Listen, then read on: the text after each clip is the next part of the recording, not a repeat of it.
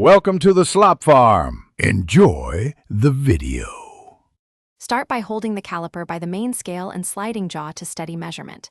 Identify the fixed jaw, sliding jaw, main scale, vernier scale, depth rod, and locking screw.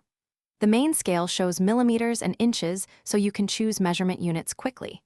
The vernier scale gives resolution to 0.02 millimeters or 0.001 inches for precise reads. Practice opening and closing the jaws smoothly to feel the fine sliding action. Always check for dirt or damage to measure outside dimensions. Place the object between the outside jaws and close until they touch firmly. Use even pressure and avoid over-tightening to prevent deforming the part. For inside measurements, insert the inside jaws into the bore or slot and open them until they contact the internal surfaces. Use the depth rod for grooves and step measurements by extending it to the needed depth. Once the jaws or rod contact the surfaces, tighten the locking screw to hold the reading before noting the value.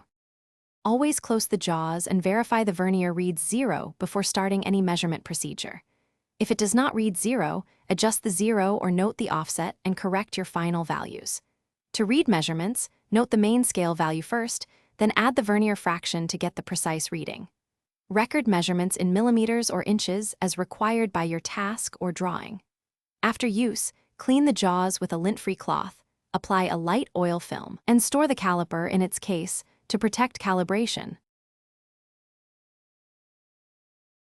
Thanks for watching. Consider subscribing if we helped you today.